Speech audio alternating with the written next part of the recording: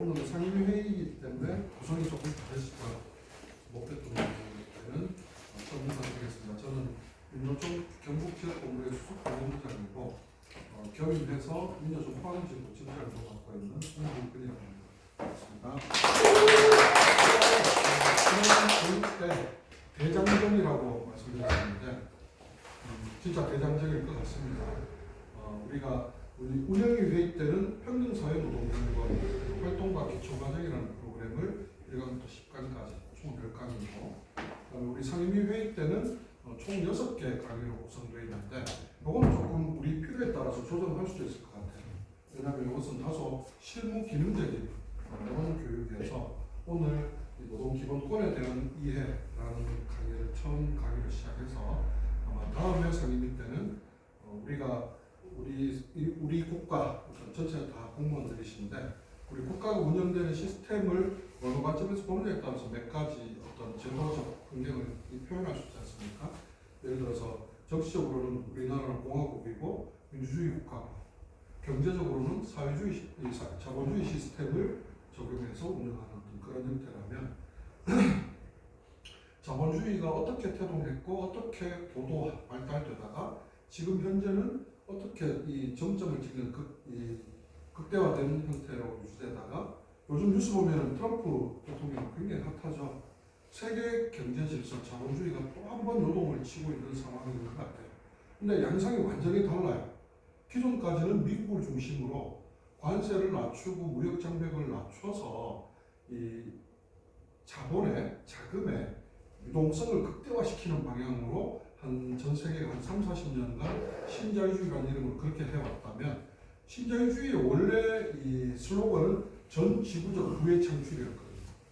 근데 신자유주의 40년이 흘렀는데 전 지구적 부의 창출을 하기보다는 투기자본, 우리가 흔히 헤지펀드라고 얘기하는 투기성 자본 또는 투기자본 회사들만 돈을 벌더라. 그러다 보니까 기업가 출신의 트럼프는 정치적으로 이것을 굉장히 잘 접목시켜서 미국인들의 아주 가려운 정서를 긁어서 충족시키고 있죠. 다른 건 모르겠고 미국 먼저, 다른 건 모르겠고 미국 국민들 우선 미국 먼저. 그러면서 이제 이 자기들이 사실상 주도해서 만들어놓은 이 신자유주의의 흐름에 그것 때문에 오히려 자기들이 피해를 보고 있다. 그러니까 신자유주의의 자본에 의한 피해 착취구조라고 보지 않고 국가적 피해라고 이해를 하고 있는 거죠. 그러면서 이제 그것을 가장 표면적으로 지금 관세 전쟁을 벌이고 있지 않습니까? 오늘 아침 뉴스 보니까 정말 황당한, 이제 중국의 34% 맞불 대응 관세에 얼마 때렸습니까? 서로 막 이 제로섬 게임처럼 막 하다가 지금 오늘 아침에 결국 중국 생산품에 대해서 125% 관세를 때리겠다고 주장을 한 상태입니다. 나머지 국가들에게는 90일 유예를 하면서 마치 중국을 상대로 선전포고라고 하듯이 전쟁 한번 해보자 이러고 있는 거죠. 양상이 완전히 다릅니다. 그래서 다음 시간에 이런 자본주의가 어떻게 만들어졌고 어떻게 흘러오다가 앞으로는 그럼 어떤 방향으로 갈 것인가, 이런 부분에 대한 얘기를 좀 해볼 테고, 그 다음 상임위 때는 우리 다들 지부장님이시고 간부님들이시고 하시다 보니까 대중들 앞에 서서 스피치, 그것이 어떤 작은 공간에서 대화처럼 하는 이 소통이든 큰 공간에서의 어떤 연설이든 이 말들을 할 일들이 대단히 많으실 텐데, 이 교육 한 번을 받는다고 해서 대단한 달변가로 아침에 탈락한다고 이러지는 않겠습니다만은, 말을 어떻게 준비하면 되는지, 어떤 또 말이 대중에게 효과적으로 다가가는지 이런 것들을 좀 살펴보는 스피치 교육. 그래서 우리 상임위 우리 구성원들 분들 회의 진행할 때는 다소 실무적이고 기능적인 이런 교육들을 6강 정도, 지금 원래 계획하는 그런데 상황에 따라서 우리가 더 필요하다고 생각하거나 아니면 진행하면서 요거는 좀 이렇게 바꿨으면 좋겠다 하는 것들이 있으면 조정을 하는 게 가능할 것 같습니다. 그래서 제가 예상컨대 아마 오늘 교육이 제일 딱딱하고 제일 재미가 없을 것 같다라고 예상이 됩니다. 왜냐하면 노동기본권을 어떻게 재밌게 설명하겠습니까? 법을. 그래서 다소 딱딱하고 하더라도 우리 사회 또는 우리 사회를 포함한 현대를 살아가는 전 지구가 왜 보편적 권리로서 노동기본권을 인정하고 있는지, 그럼에도 불구하고 한국 사회는 왜 공무원에 대해서는 그것을 또 일부 또는 전부 제약하고 있는지 이런 부분들에 대해서 좀 내용을 좀 잘 정리할 수 있는 시간이 되었으면 좋겠습니다. 자, 가장 먼저요. 노동 기본권에 대한 얘기를 하기 전에 조금 생뚱맞게 참 숙제 검사해야 되죠.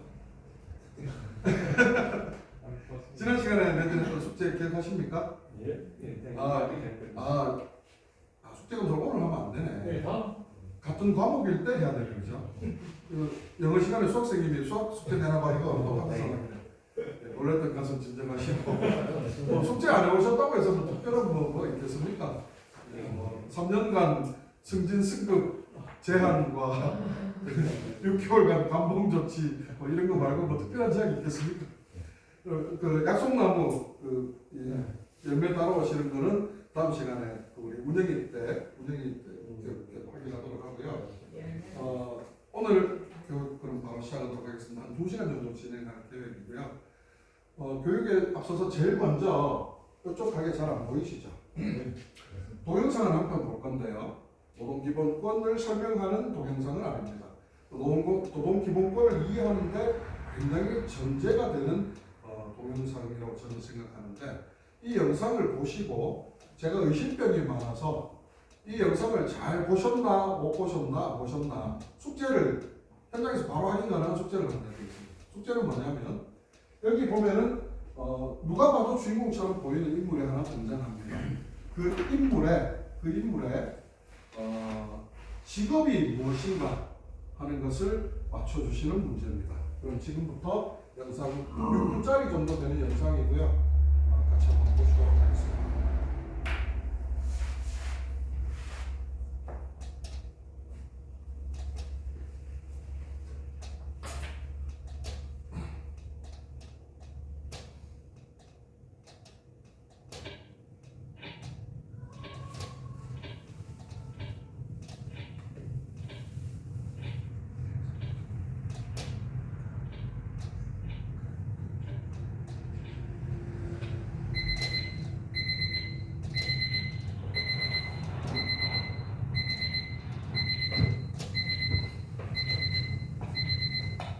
끄셔도 됩니다. 화면 밝아져. 지금 그 안에서 합중이라서 그렇습니다.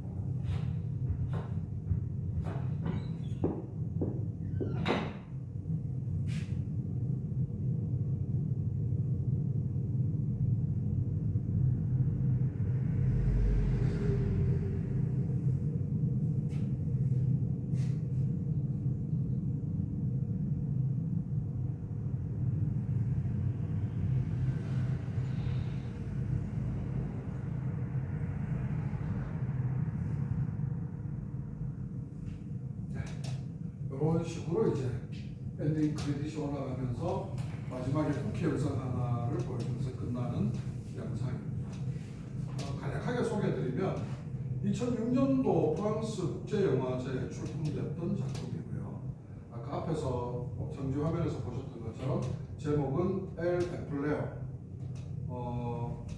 감독은 아르헨티나 사람인데 산티아고 그라소라고 하는 감독입니다.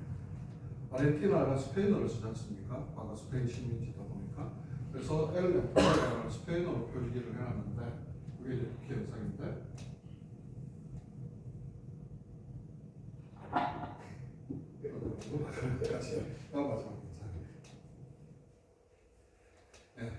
스페인어로 엘 엠플레오는 영어식으로 표현하면 더 임플로이라는 뜻입니다. 우리말로 하면 고용이라는 뜻이죠. 자, 이 산티아고 그라소라고 하는 감독이 약간 좀 헷갈리는데 2006년 아니면 2008년 프랑스 국제영화제에 출품했던 작품이고요. 우리가 이게 애니메이션이지만 영화 부문으로 단편 영화 부문으로 출품됐던 작품입니다. 우리가 상을 몇 개 정도 받으면 영화제나 각종 뭐 우리 아카데미를 비롯해서 뭐 이렇게 몇 개 정도 받으면 대작이다 이렇게 표현할까요? 3개? 그렇죠. 요즘에는 옛날처럼 막 싹 휩쓸기가 쉽지 않잖아요. 바람과 함께 사라지다가 11개 받았나? 뭐 이런데 엄청난 거죠. 근데 이 작품은요, 전 세계에 굵직굵직한 권위 있는 그런 이 국제영화제 온데 다 초대를 받아서 초청작으로 상영이 되면서 지금 현재까지 총 받은 상이 제가 이걸 기사나 이렇게 확인하고 난 뒤로 더 받았는지 모르겠는데 총 106개의 상을 나라별로 받은 작품입니다. 그런데 방금 끝에 제가 왜 전등 역할을 하는 사람 전등가스를 왜 집어던지고 갔지?에 대한 의문도 이게 도대체 무슨 뜻이야? 라고 하는 것에 대한 질문도 감독이 아무런 코멘트를 안 해요. 작품만 덩그리 내놓고. 그래서 지금부터 문제를 한번 내보도록 하겠습니다. 주인공의 직업은 무엇입니까? 중견 간부. 네? 중견 간부. 중견 간부. 발매트. 끝까지 다 보시는 거 맞죠? 그래요? 발매트. 네. 맨 마지막에 이렇게 엎드리니까 누군가 이렇게 발을 닦고 들어갔잖아요.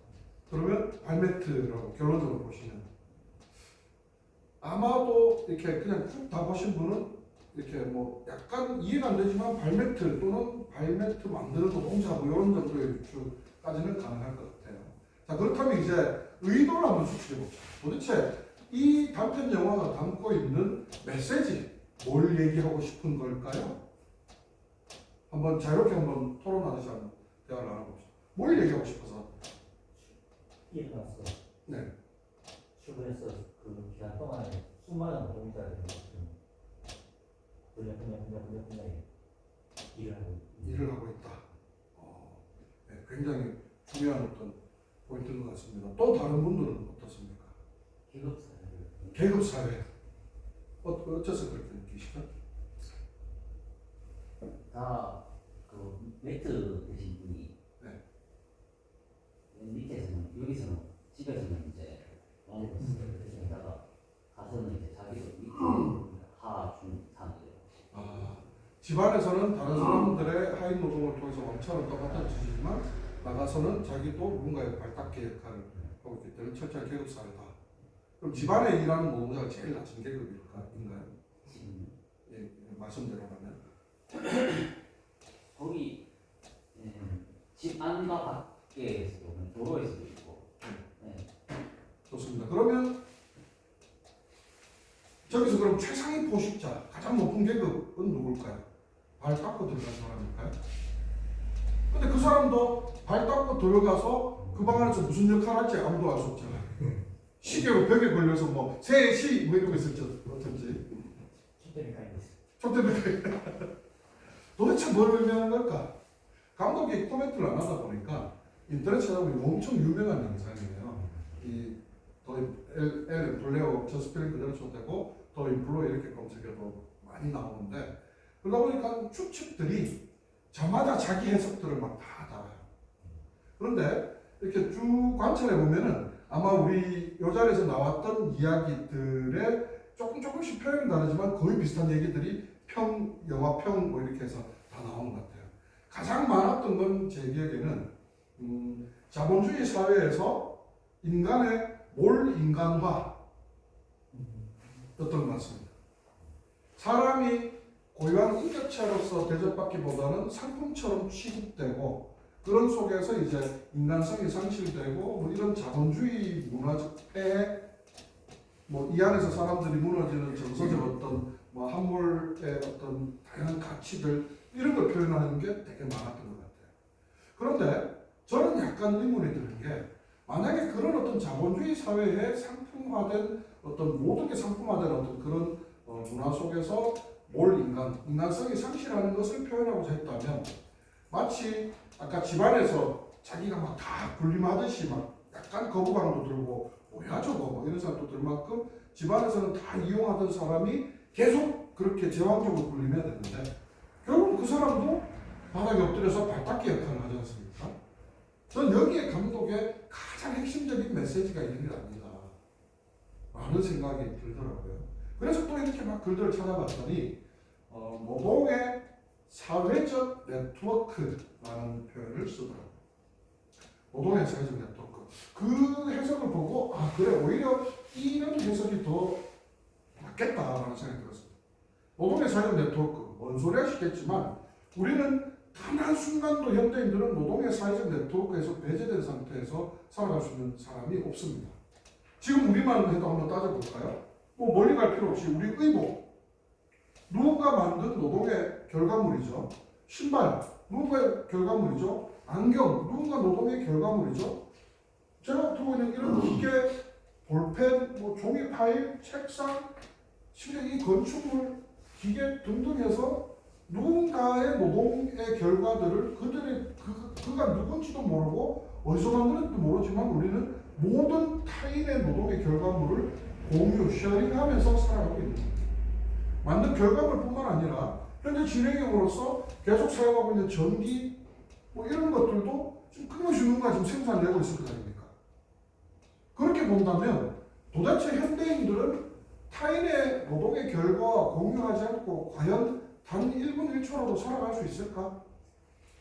저는 그 노동의 가치, 노동이 형성하는 사회적 네트워크 이것을 작가가 의도하고 설명하려고 했던 것 아닌가. 뭐 그렇게 이 해석들을 좀 찾아볼 수 있었던 것 같습니다. 전등가스는 왜 벗어던지고 갈까?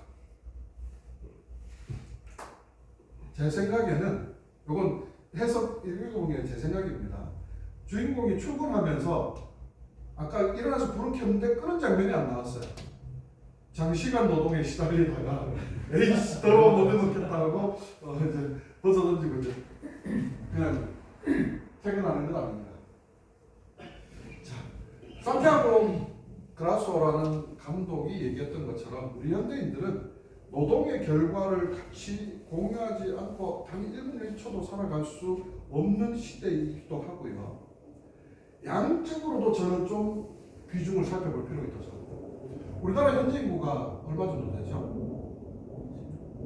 5,200만이 조금 안 되는 걸로 알고 있습니다. 그러면 5,111만 얼마 정도 이렇게 되는 걸로 알고 있는데 통계청의 이 통계 인구 중에 경제활동 인구라는 게 있죠. 경제활동 인구의 개념은 뭡니까? 뭐라도 해서 재화든 서비스든 생산을 하고 그 대가로 수익을 창출하고 그것이 사업이든 노동이든 수익을 창출하고 그것을 또다시 소비함으로써 경제가 돌아가게 하는 역할을 하는 일주체를 우리는 경제인구라고 표현하잖아요. 그러면 5,100만 인구 중에 경제인구는 몇 명 정도 될까요? 통계청 통계상.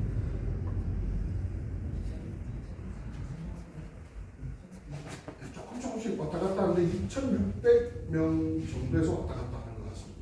옛날에 비해서 많이 달라졌죠. 옛날에 우리 투쟁해보면 내 사랑 1,000만 노동자요 그랬는데 80년대 얘기 같아요. 근데 지금 경제인구 중에 경제인구는 2,600만 명 정도 되고요. 이 중에서 노동자 수가 얼마나 되느냐? 죄송합니다. 이 2,800만 정도가 경제인구고 이 이 중에서 노동자 수가 얼마냐라고 하면은 거의 한 2,200만에서 2,300만 정도가 노동자들 숫자입니다. 자영업자가 500만 정도 되고요. 우리나라의 또 가장 큰 계급 집단이라고 할 수 있는 농민들이 이제 옛날에는 3천만 잠들었을 때 우리는 깨어라고 해서 3천만이 농민이었는데 이게 한 10년 전쯤 300만이 깨졌거든요. 근데 얼마 전에 통계청 통계로 농민들이 200만이 또 깨졌어요. 이제 180몇만 정도밖에 안 돼요, 농민 수가. 그래서 그런 이제 계급 집단을 합쳐서 경제 인구라고 봤을 때 그 중에 노동자의 수는 아주 절대적이죠. 자, 그렇다면은 그 노동자들의 권리를 보편적 권리라고 인식하고 보호하는 것은 그 사회가 다수 경제활동을 하는 경제적 의미에서 봐서 그렇고 민주주의라고 하는 민주사회적 측면에서 봐도 그렇고 계급구조라고 하는 측면에서도 그렇고 토대를 구성하는 대다수의 사람들이 노동자다라고 하는 것은 그럼 그 노동이라고 하는 것을 어떤 시각, 어떤 관점으로 보느냐 하는 문제는 대단히 중요한 지표가 되겠죠. 우리나라처럼. 우리나라에서는 대체로 이런 정도의 시각으로 노동자들을 보고 있는 것 같습니다. 만약 많이들 들어보셨겠습니다만 이제 이 탈핵이요 파면까지 됐습니다만은 만약 저자가 성공을 해서 지금 개혁이 계속 유효한 상태 같으면 여러분들은 지금 어떻게 됐겠습니까? 직접적인 수거의 대상이 되어서 새로 구입한 신상 백에 어떻게 쓸지 알 수 없는 거죠. 노조를 부패 세력이라고 하면 참 과분하신 표현인 것 같습니다. 국가 전복을 기도하는 반국가 전복 세력이라고 하기도 했었고 했었는데 어떤 대통령 위정자 가장 권력의 전점에 있는 대통령부터 노조를 이런 식으로 바라보면서 임기 내내 노조를 탄압하기에 여념이 없었습니다. 아이러니하게도 우리 공무원들이시니까 잘 아시죠. 대부분의 일반 노동자들이나 일반 시민들은 법을 국회에서 만드는 건 알고 있는데 법안이 발의되는 방법에 대해서는 잘 고민을 안 하세요. 법을 국회에서 만드는 건 당연하죠. 지방의회 같으면 조례를 지방의회에서 만들죠. 하지만 발의되는 방식은 크게 세 가지가 있죠. 첫 번째는 제일 희박한 국민 발의의 형태가 있습니다. 지방 조례를 하면 주민 발의라고 표현하죠. 주민들이 유권자 수 10분의 1 이상 동의를 받아가지고 서명을 하고 제출하면 만들어지는.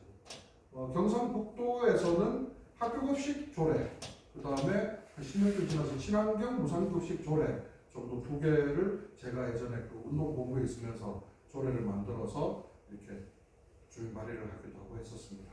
이게 이제 숫자는 제일 희박하지만 주민 발의, 국민 발의 형태가 있고 그 다음에 숫자가 두 번째로 많은 것, 세 가지입니다. 두 번째로 많기도 하고 두 번째로 적기도 하는 방식이 뭐겠습니까?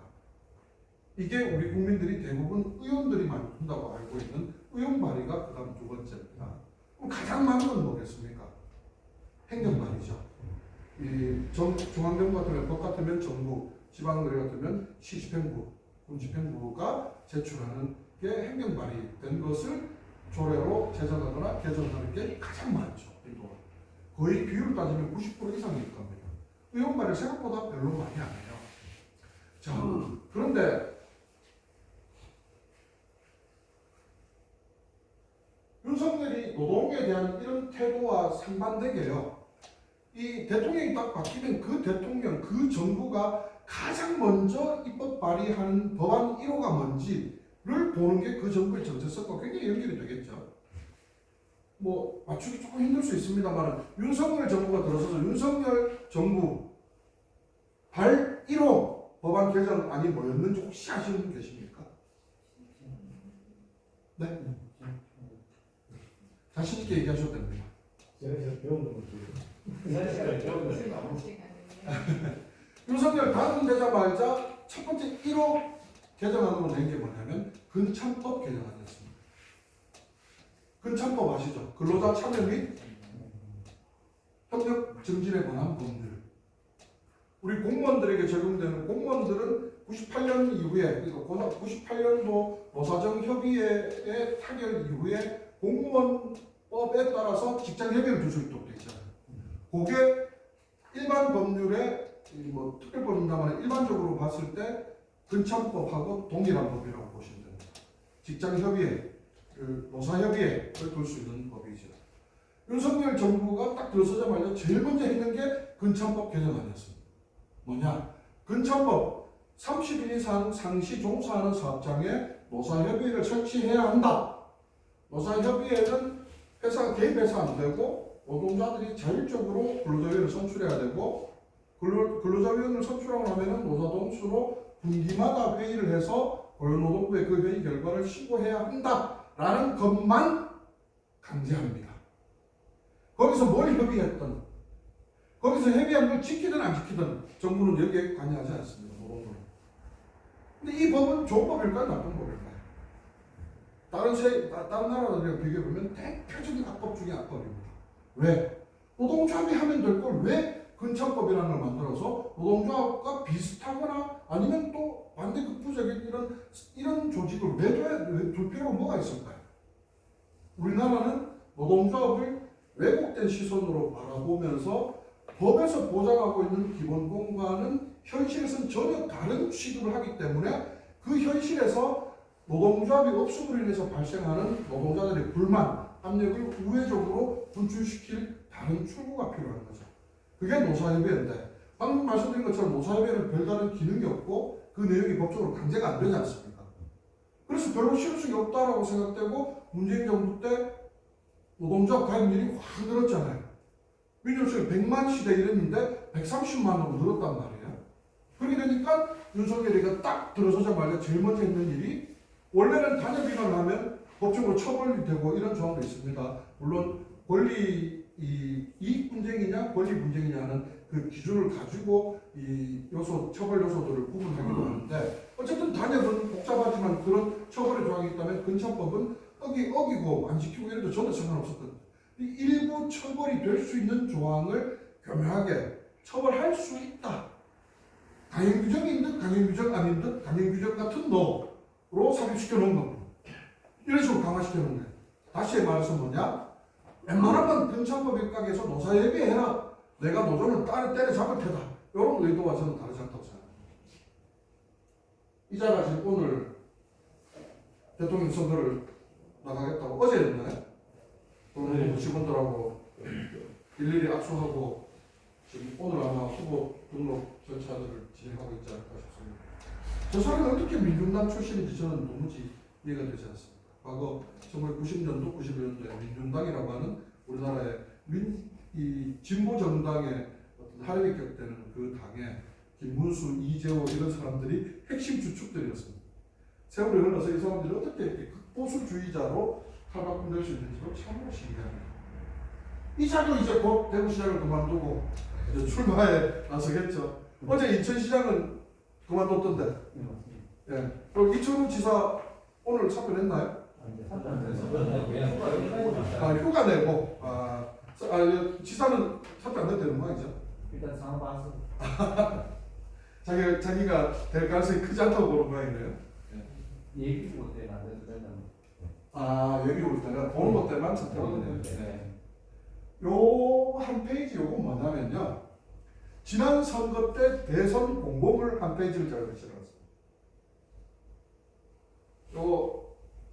이 사진을 실제 홍준표 당시 대선 후보가 자기 공보물에 이 사진을 실어놨던 겁니다. 강성 귀족 노조를 개혁해서 기업을 융통시켜가지고 일자리를 창출하겠다. 규제를 개혁해서 기업을 융통시켜서 일자리를 창출하겠다.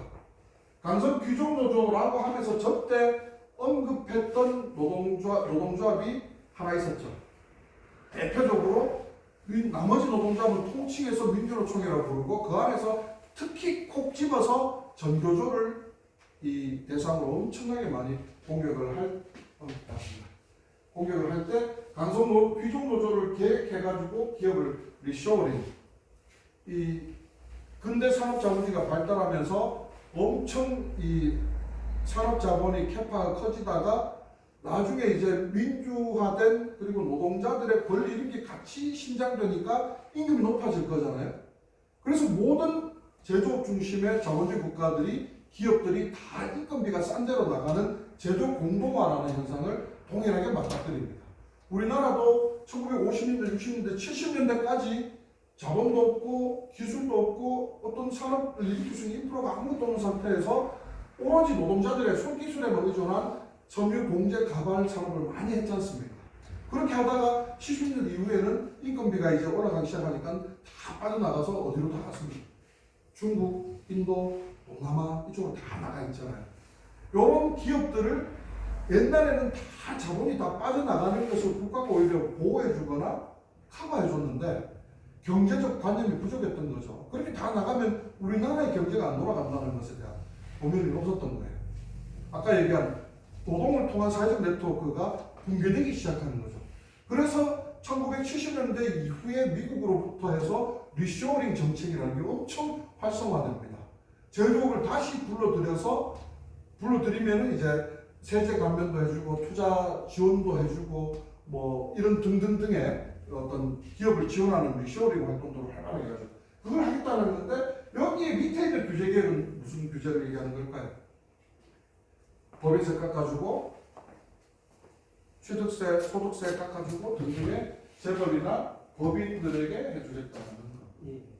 자, 일단 한번 지어봅시다. 노동의 사회적 네트워크. 노동 없이는 그 누구도 하루도 살아갈 수 없고 타인의 노동의 결과물들 다 공유하면서 살아간다 그랬는데 우리나라는 이렇게 노동조합을 불원시하고 사회적 천덕꾸러기처럼 여기는 게 일반화되어 있다. 그것도 이 나라의 어떤 최고 통수권자, 최고 권력자를 위치에 있었거나 꿈꾸는 자들이 다 이렇다. 민주당이라서 크게 다르지는 않습니다. 쟤네들은 우리를 배제하면서 반대급부를 단단하게 하라고 이런 정책이라면 민주당은 포섭해서 우리 편인 것처럼 하면서 저쪽에는 더 큰 걸 던져주는 이런 정책을 항상 해왔던 것 같아요. 어느 나라입니까? 공 차시는 분들은 국기만 봐도 다 아시죠? 독일입니다. 다른 나라도 과연 그런지 이제 몇 가지 한번 살펴봅시다. 독일에서는요, 교과서에서 노동 관련된 교육을 8.9% 거의 10% 가까이. 특히 고등학교 올라갈수록 실업계 교과서에는 20%가 노동에 대한 얘기를 주로 교과서에서 다룬다. 우리 하종강 선생님이 강의하는 내용을 통해서 많이 알려졌는데 고등학교의 수업 시간에 책상 두 줄로 놔두고 초등학생 아이들이 한쪽은 사용자 역할, 한쪽은 노동자 역할을 하면서 모의교섭하는 이런 걸 학교에서 막 배워요. 우리는 어떻습니까? 우리는 학교에서 노동 관련해서 뭘 배우죠? 교과서 아마 초등부 전체를 통틀어서 노동과 관련된 딱 한 줄 나오지 않겠나 싶습니다. 국민의 4대 의무, 국민의 4대 권리. 그래가지고 국방, 납세, 교육, 근로 이 네 개가 의무이기도 하고 권리이기도 하다. 요거 말고는 노동에 대한 권리를 저는 제가 교육받을 때는 못 받아봤던 거예요. 독일은 이렇게 가르칩니다. 이건 어디입니까? 프랑스죠. 프랑스에서는 헌법 전문에 노동자들이 어떻게 이익을 지킬 수 있는지에 대한 내용을 화두로 굉장히 헌법 전문에서부터 이런 내용들을 구체적으로 언급하고 우리나라로 치면은 대한민국 정부는 뭐 3.1운동 정신을 이어받아 임시정부로부터 개통을 뭐 인정하고 하는 이 전문 있잖아요. 그 전문에서부터 프랑스는 노동자들의 권익을 어떻게 지키는지 그 다음에 세계인권선언 사람이 사람처럼 취급받으려면 이 정도는 지켜져야 된다고 하는 인권선언에서 노동자들의 권리는 뭔지 이런 것들을 여기도 역시 중학교 이상의 이 아이들에게 교과서에서부터 권리들을 쭉 다 가르친다고 합니다. 영국인데요. 저는 영국의 이게 제일 좀 부럽습니다. 실제로 영국에 유학을 갔다 온 황실베 집단의 단원한테 한 분한테 제가 물어봤습니다. 영국에 실제 이런 시민교육이라고 하는 과목이 있냐라고 물어봤어요. 있대요. 우리나라로 치면은 도덕, 윤리 이런 거하고 좀 비슷한 성격의 과목이래요. 근데 여러분 우리나라에서는 과목들 중에서 가장 핵심 과목이 뭡니까? 국영수죠. 근데 영국에서는 이 시민교육이라고 하는 과목이 물론 영국에서도 뭐 국영수 이런 것도 중요하게 여기겠지만 이 과목이 엄청 중요하고 다른 과목들이 성적이 나쁘지 않아도 시민교육이라고 하는 요 과목을 이 과목이 빠락되면 전체가 다 유급된대요. 그만큼 중요한 과목이래요. 근데 이 과목에서 이 시민교육이라고 하는 시티즌, 시민에 대한 것을 배우는 이 과목에서 이 전체 내용을 한마디로 축소해봐라 라고 하면 이렇게 문구를 정리할 수 있습니다. 시민을 공동체 구성원으로 보면서 이 시민이 소비자이면서 평생 학습자이기도 하고 그러면서 또 납세자이기도 하고 유권자이기도 하고 노동자다. 그리고 이 중 어떤 역할도 빠져서는 안 된다. 시민의 역할, 시민이라고 하는 정체성 속에. 어찌 보면 굉장히 당연한 소리죠. 우리 유동열이라고 하는 우리 하나의 시민이 있다면 우리 노동조합에서는 본부장님이신데 지역사회로 돌아가면 구성원으로서 학부형이기도 하고 소비자이기도 하고 또 세금 내는 납세자이기도 하고 또 스스로 학습자이기도 하고 여러 가지 이런 복합성들을 다 가지고 있는 중에 선거 시기가 오면 또 뭐이기도 합니까? 유권자이기도 한 거죠. 어느 하나의 정체성도 배제해서는 안 된다라고 하는 것처럼 저 정체성이 복합적이고 다 맞물려 있는 것을 영국에서는 시민의 소양으로서 기본 소양으로서 가르친다면 우리 사회는 어떻습니까? 이걸 다 분리시키죠. 언제 분리시켰는데? 잘 생각해 보십시오. 다 분리시킵니다. 만약 분리시키지 않고 이게 다 묶여 있다면 노동자들은 국힘 아무도 안 찍어야 돼요. 안 그렇습니까? 내가 노동자이면서 유권자이기도 한 사실을 정체성을 내가 맞물려 생각한다면 노동정책을 개혁시키고 더 나쁘게 노동환경을 만들고 이런 정치 집단을 지지를 안 해야 되는 정상이죠. 근데 내 밖을 다 빼앗아가고 내 턱 밑에 칼을 들이밀어도 우리가 남이가 이 한마디에 그냥 또 찍어주고 하는 말은 노동자로서의 정체성과 유권자로서의 정체성이 완전히 괴리되어 있다는 얘기예요. 온전한 시민이 우리는 되지 못하는 거죠. 반면 영국은 이런 것들을 엄청 강조하고 이러한 내용의 수업을 빠락시키면 전체가 유급되는 정도의 비중으로 아이들에게 가르치고 있다. 이 사진 한번 보십시오. 최근 사진일까요? 오래된 사진일까요? 이 사진도 비교적 최근인가만 좀 꽤 낡아 보이죠? 이 사진들은 캐나다의 경찰 노조 파업 시위 장면이고 경찰인데 노조가 있고 심지어 파업하면서 시위를 벌이고 있습니다. 옆에는 호주의 노동한 노조가 파업을 하고 있는 장면입니다. 우리 사회 같은 건 어떨까요? 물론 지금 우리도 공무원 신분으로서 노동기본권이 제약받고 있기도 한데 우리보다 공무원보다 더 심하게 제약을 갖고 있는 게 경찰 군대죠. 군조직, 경찰 조직이 아예 우리나라에서는 꿈도 못 꾸는데 캐나다 경찰 노조의 파업 시위 장면 사진을 소개했는데 무려 저런 나라에 경찰도 노조가 있네라는 것을 보다 더 충격적인 거. 제가 이 사진이 자료에서 몇 년도 사진인가 찾다가 몇 년도 사진인지 이 사진의 나이는 못 찾았어요. 근데 캐나다의 경찰 노조가 언제 처음 만들어졌는지는 그 연역을 찾았습니다. 언제 처음 만들어졌냐? 1973년도에 캐나다에서는 처음 경찰 노조가 만들어졌습니다. 1973년도 같은 우리나라 뭐하고 있을 때입니까?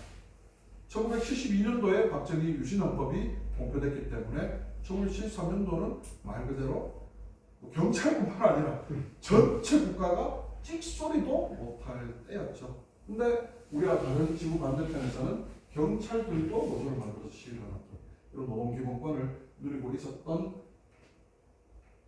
참 아이러니하면서도 서글프기도 합니다. 자, 대다수의 경제활동 인구 중에 절대 다수가 노동자입니다.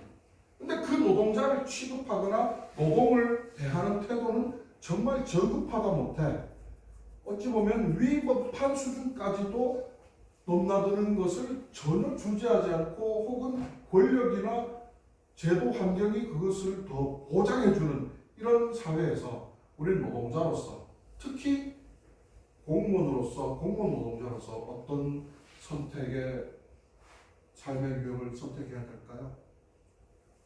이게 또 우리가 학습하면서 내 신분을 넘어서는 전체 노동자의 문제로 본다면 어떤 선택을 해야 될까요? 일단 개별적으로 각자 고생, 자기 살 길을 찾자. 혹시 주머니에 이거 넣고 계신 분 계십니까? 대기만 대봐라. 내 더러운 공범네 당장 때려친다. 그런 일은 아니지 않습니까? 혹시 주머니에 계신 분 한잔 탁 사면 어떻습니까? 참, 온 세상이 내 것 같고 밥을 안 먹어도 속은 든든하고 출근하면서 보는 각종 공사 현장의 건물들 보면 저 건물이 내 것 같고 또 상상 속에서 건물을 지었다 허물었다 집을 샀다 팔았다 수십 차 왔다 갔다 하죠. 제가 그냥 우스갯소리인데요. 특정 종교를 비하할 의도는 전혀 없습니다. 스님하고 목사님이 중학교 동창인데 오랜만에 길에서 만났어요. 멋있게 반갑다 거기서 그랬는데 야, 네 머리 보니까 스님 됐구나. 야, 네 성격도 보니까 목사 됐는 모양이네. 둘이 아주 반갑게 정말 친한 중마고인데 신하게 인사를 하고 시간이 둘 다 여유가 있어서 야, 우리 옛날 진짜 재밌었는데 그자 옛날 생각 나는데 우리 당근학교 치러 갈까요? 당근학 딱 갔어요. 스님도 이제 도포를 벗어 딱 껴놓고 염주하고 이렇게 딱 껴놓고 목사님도 십자가하고 석인식 딱 놔두고 이제 경건한 자세를 잠시 내려놓고 다 모셨습니다. 스님은 그날따라 컨디션이 괜찮았어요. 근데 목사님이 오늘 뭐가 잘 안 돼.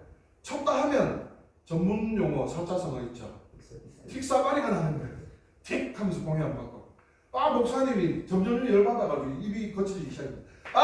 신발 졸라게 안 맞네. 또 딱 쳤는데 또 틱 소리 없어요. 신발 졸라게 안 맞네. 저 하늘 위에서 하나님하고 부처님이 둘이 바둑을 딱 두고 계시다가 하나님이 계속 저런 새끼 하다가 잠깐만 있어라. 뭘 좀 주고 올게 해가지고 목사가 말이야 고운 말 바른 말 해야지 신발이 뭐야 졸라가 뭐야 이래가지고 벼락을 한 개 내려가지고 따당 하고 때렸어요. 때렸는데 갑자기 그때까지 점잖게 당구 잘 치고 있던 스님이 뚝 맞고 죽어버렸어요. 그때 하나님이 이렇게 말씀하셨습니다. 신발 졸라게 안 맞네. 일단은 참 우리나라에 참으로 많은 국민들이 각자 도생으로 크게 답이 안 되니까 이거 한 장 사가지고 지갑에 꼽아놓고 누구나 영원하죠. 제발 이번에 이거 당첨되면 집을 샀다 팔았다 전부 건물 지었다 허물었다 하다가 토요일 밤 8시입니까? 8시 반입니까? 온 국민이 다 같이 입을 모아서 합창을 하죠. 신발 졸라게 안 맞네. 누군가는 맞는데 나는 졸라게 안 맞네. 또는 이런 방법도 있을까요? 영화의 포스터입니다만 플루트 건설로저 가니까요. 인맥이라는 말이 있고 일맥이라는 말이 있어요. 인맥은 중요한데 일맥 없는 반장 밑에 들어가면 쪽박 찬다 이 말이에요. 그래서 일맥을 잘 쥐고 있는 인맥을 지어야 탄탄한 동아리줄이다 이거예요. 처음에 일맥, 인맥 이런 이야기를 뭔 소리가 했더니 반장들 라인들이 이제 사용자 관점에서 이제 이 플래트는 약간 클로즈샵 성격이 있어서 중요하게 현장에 취급을 하는데 이 반장들 중에서도 일 잘 따고 눈치 잘 봐가지고 회사가 요 공사 끝나면 다른데 빨리 따라타고 이런 거 잘하는 일맥을 잘 타는 반장들이 있는데 그럼 그 사람 밑에 있는 조합원들은 또 어떻게 하느냐? 제발 자기가 버림받지 않기 위해서 다음 공사 현장으로 갔는데 만약에 A 현장에는 10명이 일하다가 B 현장에는 7만 데리고 오면 된다라고 하면은 그 7 안에 들어가기 위해서 온갖 또 이제 일은 많이 해서 소금이 지어졌다 이들 봤는데 잘 비벼가지고 소금이 없어졌다는 소문도 들리는 거죠. 이게 방법일까요? 저는 노동기본권에 제약을 받는 공무원도 뒤에 가서 우리가 구체적으로 제약받는 기본권에 대해서 알아볼 텐데 공무원도 제조업 현장에 있는 노동자도 비주조업 서비스업에 있는 노동자도 특히 공공부문에 있는 노동자들도 함께 살자의 전략이 아니면 정말로 위험할 수밖에 없다. 그 위험의 유형이 왜 위험한지를 노동시장의 변화 흐름 이것을 이해할 필요가 대단히 있습니다. 자, 대단히 죄송한 얘기입니다만은 과거 어느 때 특히 우리나라가 아주 낙후된 시절을 살아갈 때는 공무원이라고 하는 직업에 대해서 아주 선방의 이상적인 이런 직장으로 보지 않았을 때도 있었습니다.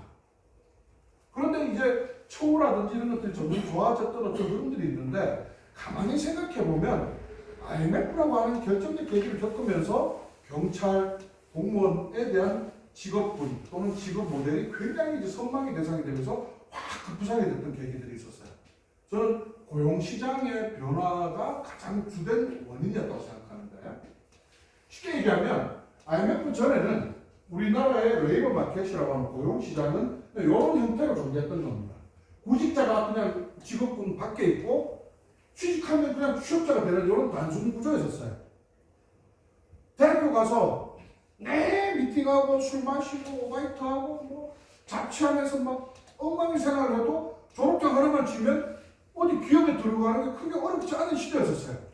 90년대 중반 IMF 터지기 전까지만 해도. 그리고 막 시험을 위해서 목숨 걸고 막 공부하고 이런 사람들은 정말로 무슨 뭐 행정고시나 사법고시 이런 고시 준비하는 사람이 아니고서는 그런 정도로 막 공부하고 이런 게 잘 없었죠. 근데 IMF를 딱 건축을 하니까 어떻게 바뀌었습니까? 고용시장을 일단 이렇게 바꿔놓은 겁니다. 과거에 구직자들이 밖에 있는 건 동일한데 1차 뚫고 들어오면 정규직으로 바로 갈 수 있는 확률은 매우 적거나 매우 관문이 복잡하거나 아니면 난이도가 굉장히 높거나 그럼 1차 뭡니까? 대부분 비정규직으로 들어오고 비정규직은 정규직이 되기 위해서 또 경쟁합니다. 자, 단순하게 구직자가 취업만 하면 취업자가 되던 이러한 고용시장에서 구직자가 바로 취업을 못하게 만드는 IMF 끝나고 법들이 몇 가지 만들어졌죠. 가장 먼저 만들어졌던 것은 파견 근로자 보호에 관한 법률 1997년 9월에 1998년 9월에 제정됩니다. 파견법이라는 게 뭡니까? 이름은 파견 근로자 보호에 관한 법률이라고 지어놨지만 파견을 할 수 있도록 만든 법이거든요. 이제 제조업 현장에서 비정규직을 합법적으로 쓸 수 있는 법을 만들어준 거예요. 근데 제조업 비정규직 일할 사람 하면 누가 제조하고 옵니까? 안 오니까 뭘 해줍니까? 그 다음 바로 곧이어서 근로기준법 24조의 근로기준법 개정을 통해서 24조의 정리해고 조항을 산입하는 거죠. 기업의 긴박한 경영상의 사유라는 게 존재하면 일정 수를 잘라낼 수 있는 법을 만들어주는 거예요. 제일 먼저 잘렸던 건 1754명 인천 부평의 대우자동차 잘렸지 않습니까? 한 10년 정도 흘렀습니다만 2006년도에는 쌍용자동차 2764명 잘라냈지 않습니까? 이런 식으로 막 맨 처음에 잘라내는 이런 법을 만든 거예요. 그러고 나서 한참 지나서 기간제법이라는 걸 만들었죠. 기간제법이 뭡니까? 기간제 근로자 및 단시간 근로자 보호에 관한 법률. 2년 지나서 2년 하루씩 일하면 정규직으로 본다라고 하는 법인데 그때 담병호라는 사람은 막 그 단상 걸어차고 이 법 통과되면 노동자들 다 죽는다고 막 끌려나갔잖아요. 실제 총 통계상 2년이 되어서 정규직이 된 숫자보다 2년 되기 전에 잘린 사람 숫자가 8대 1 비율입니다. 한 명이 정규직 전환됐고 8명이 이 법 때문에 2년 하루가 되기 전에 잘렸다는 얘기예요. 자, 이런 식으로 법을 통해서 비정규직들을 쓸 수 있는 이런 도넛 모양의 테두리를 하나 딱 만들어 버리니까 손 안 대고 코 푸는 게 발생한 거예요. 왜? 사회자 입장에서 주급끼리 경쟁하니까 이제 구직자가 뚫고 들어오는 것은 옛날처럼 쉽지 않습니다. 엄청 스펙을 쌓아야 되고 경쟁을 해야 되고 그렇게 해서 들어와서 비정규직 시절을 겪다가 정규직으로 들어가기 위해서는 더 극심한 경쟁을 해야 되고 그럼 나는 정규직이 더 괜찮다? 아니죠. 정규직으로 버티기 위해서는 더 치열하고 더 첨예한 경쟁을 또 버티면서 자기를 지켜야 되는 이런 구조를 만들어버립니다. 이것이 신자유주의 때문일 수도 있고 신자유주의 편승한 우리나라의 왜곡된 노동 인식 때문일 수도 있고 어쨌든 이렇게 되어 있는 현실 자체를 부정할 수 없습니다. 자, 그렇다면 이것을 어떻게 극복할 수 있느냐? 이것이 노동기본권의 기본적인 바탕이 되는 내용인 것이죠. 자본주의 시장 안에서 노동자라고 하는 아까 앞에 영상에서 봤던 것처럼 노동자라고 하는 또는 그 노동자가 생산한 노동력의 결과물인 상품처럼 노동자 또는 노동력조차도 자본주의 사회에서는 상품으로 거래되는 겁니다. 레이버 마켓, 노동시장이라고 하는 이 구조 속에서 이 안에서 거래가 되는데 시장에는 시장 경쟁 원리 어떤 원리가 작용합니까? 1970년대 발간됐다가 2000년, 2000년 요때 아주 급부상하면서 처음 태동하던 자본주의 유럽 사회의 자본주의의 교과서처럼 여겨졌던 아담 스미스의 국부론이라는 책이 있죠. 국부론에 보면은 시장 경쟁의 원리를 한마디로 뭐라고 표현합니까? 그래서 우리는 보이지 않는 손이라고 얘기하잖아. 자본주의는 철저하게 개입하지 않고 자율에 맡겼을 때 시장 스스로가 수요의 원리, 공급의 원리에 의해서 합리적인 가격을 도출한다. 그럼 노동력 역시 똑같은 시장 안에서 합리적인 가격이라고 하는 이 자본의 관점에서 봤을 때 합리적인 가격이라고 할 수 있는 저 노동력의 가치, 즉 임금이 어떻게 결정됩니까? 과거에는 취업만 하면 되는 구조에서 이제는 노동자들끼리 치열하게 경쟁을 하기 때문에 수요와 공급 측면에 있어서 공급 과잉의 노동시장의 형태를 띄게 만들어버립니다. 숫자는 달라지지 않았는데 구조를 바꿈으로써 공급 과잉과 똑같은 효과를 내게 고용시장을 이렇게 변형시켜버린 겁니다. 자기들끼리 경쟁하도록. 그 결과 우리나라의 비정규직들은 실제로 정규직의 64% 임금밖에 못 받습니다. 더 힘들게, 더 불안정하게, 혹은 또 때로는 더 위험하게, 더 오래 일하는데도 정규직의 64%를 받는 이런 임금 구조. 결국 이 도노층으로 만들면서 시장 경제 원리를 극대화시켜 놓은 거죠. 노동시장의 구조를. 이것을 다시 바로잡거나 노동의 권리가 짓밟히지 않게, 배제되지 않게 하기 위해서 가장 중요한 것은 이것을 개별 노무 경쟁을 해서 노동력을 개별적으로 판매하는 것을 아까 나 혼자 각자 노생이 아닌 형태, 집단적 판매 형태로 가는 방법밖에 없습니다. 그럼 노동력이라고 하는 상품을 집단적으로 거래할 수 있는 유일한 방법이 대한민국의 법 제도 환경 속에서 유일한 방법은 뭐가 있습니까? 노동조합을 통한 집단적 거래 계약, 즉 단체 협약을 통한 방식밖에 없는 겁니다. 아까 앞에 로또도 있었는데 로또 맞으면 한 방에 인생 역전이죠. 하지만 이 로또 한 방 맞을 확률이 번개 2번 맞을 확률보다 더 희박하대요. 번개를 2번 맞는 게 여러분 얼마나 힘든지 아십니까? 무엇보다도 힘든 것은 한 방 맞았을 때 살아남아야 한다는 게 저는 제가 볼 때 제일 힘든 문제인 것 같아요. 한 방 맞고 죽어버리면 한 방 맞았으니까 아싸 한 방만 더 맞으면 돼. 딱 성립이 안 되잖아요. 그거보다 확률적으로 통계학적으로 확률이 더 낮아요. 로또 확률이. 그렇다면 다소 느리더라도 노동자들의 어떤 권리를 지키는 것은 노동조합이라는 틀밖에 없다. 그래서 그 노동조합이라는 틀을 보호하기 위해서 만들어진 개념이 노동기본권이다. 여기서부터 시작을 한다고 보시면 될 것 같습니다. 노동조합은 자본주의 사회의 시장 경쟁 원리를 극복해 갑니다. 점점 더 많은 노동자들이 통일적인 가치결석에 참가할수록 노동력은 점점 더 상품이라는 가격을 잃게 되고 국가가 직접적으로 통제하는 노동자들의 경우에도 전체 사회 경제, 정치 경제, 사회 경제학적으로 노동력의 상품성을 잃어가게 되면 동일하게 노동의 가치는 함께 신장될 수 있다라고 저는 그렇게 믿습니다. 일단 여기까지 한 5, 6분 정도 지난 것 같은데요. 노동기본권을 이해하기 위한 어떤 그냥 환경적인 요소로서 그냥 좀 좋은 얘기를 했다면 직접적인 이제 노동기본권에 대한 얘기들을 알아보는 것은 5분만 쉬었다가 진행하도록 하겠습니다. 네. 오늘은 날이 더워가지고 많이 졸리시죠?